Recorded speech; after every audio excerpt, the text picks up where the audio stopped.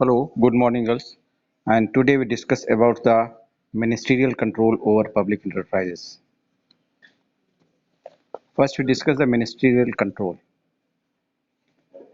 The ministerial control over public enterprises is highly significant and effective.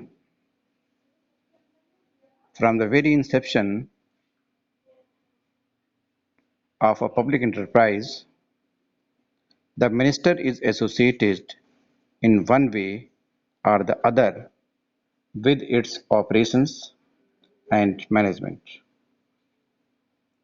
In the Indian context, the ministerial control is more real than is admitted.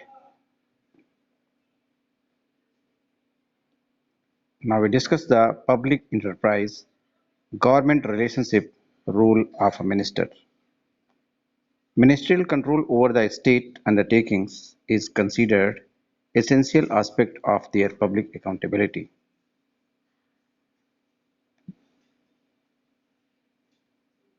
If under the name of the autonomy,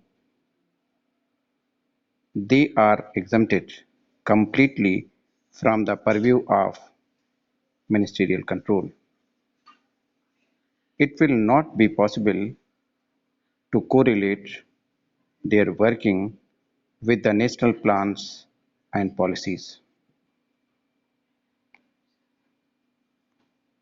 Ministerial control over a state undertaking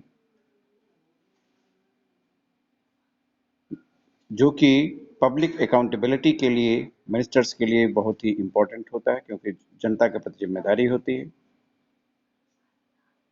Since state enterprises operates in the critical spheres of the economy and are expected to develop as lead sector with enormous capital provided by the state.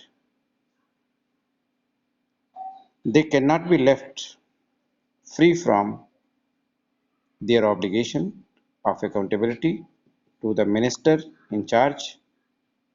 In fact, even the parliament holds the concerned minister responsible for the efficient performance of the enterprises and the integration of their policies with the national objectives. Autonomy means in India non-interference in day-to-day operations but total freedom devoid of any interference in day-to-day operations but total freedom devoid of any ministerial direction is inconceivable in a country like India wedded to socialistic planning.